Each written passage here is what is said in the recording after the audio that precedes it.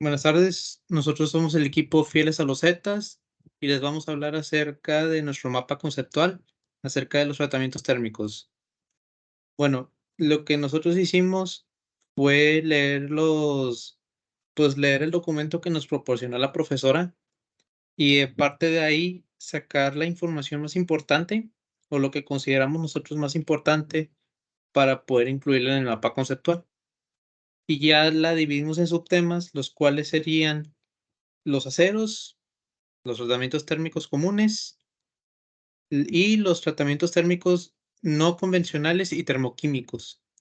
En el primer subtema, el cual sería los aceros, pues se dividiría en la clasificación de bajo contenido de carbono, medio contenido de carbono y alto contenido de carbono. Los aceros con bajo contenido de carbono tienen un porcentaje de carbono del 0.05% al 0.25. Tienen como características que son suaves y tienen buena solubilidad. Y las aplicaciones principalmente son en la fabricación de componentes estructurales, láminas metálicas y productos que requieren conformación en frío. Para los aceros de medio contenido de carbono, tienen un porcentaje de carbono del 0.25 al 0.6% y las características son de que tienen una mayor resistencia y dureza. Las aplicaciones es principalmente para aplicaciones que requieren una resistencia moderada y tenacidad. Ya para los aceros con alto contenido de carbono, pues estos tienen un porcentaje de carbono del 0.6 al 1.5%. Tienen como características una mayor dureza y resistencia, pero a expensas de la tenacidad. Y las aplicaciones es que principalmente se utilizan en la fabricación de herramientas de corte, cuchillas y muelles.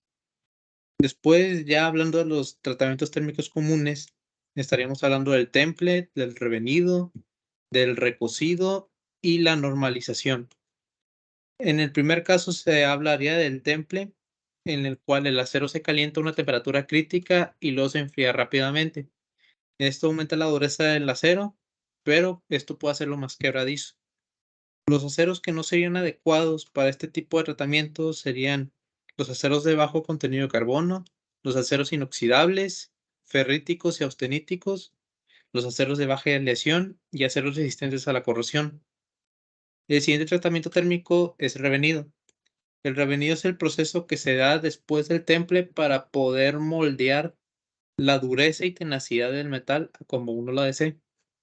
La temperatura de revenido pues varía según las propiedades deseadas, pero normalmente oscila entre los 150 grados Celsius y los 600.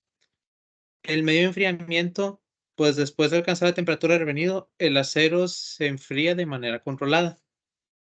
Y los propósitos, pues principalmente es para reducir fragilidad, mejorar la tenacidad y reducir las tensiones internas. Después, el recocido. El acero se calienta a una temperatura específica y luego se enfría lentamente. El tipo de recocido completo es en el que el acero se calienta a una temperatura crítica y luego se enfría lentamente en el horno. La temperatura de recocido varía según el tipo de acero y los resultados deseados. En general, el acero se calienta a una temperatura por encima de su punto de austenitización. Y en enfriamiento lento, después de alcanzar la temperatura de recocido, el acero se enfría lentamente en el horno.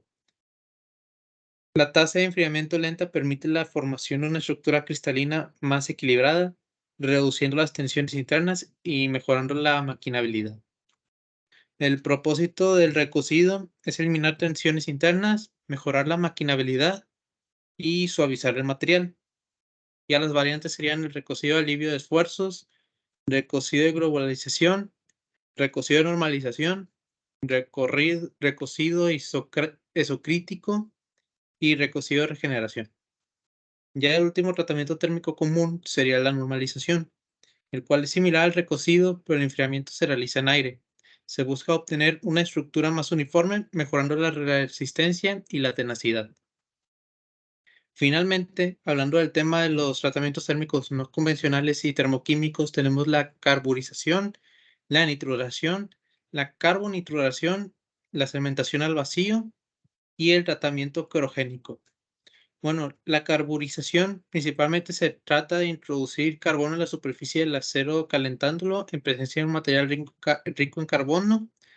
lo cual ayudará a aumentar el porcentaje de carbono en el acero para poder hacer un temple y revenido. La nitruración es lo mismo que la carburización, pero en vez de utilizar carbono, se utiliza nitrógeno.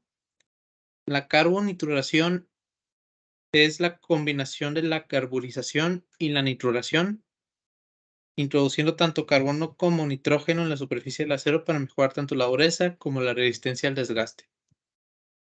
Luego, la cementación al vacío, el acero se coloca en un entorno de vacío con un gas rico en carbono a alta temperatura. Esto permite una absorción más uniforme de carbono, evitando la presencia de oxígeno y otros elementos indeseados.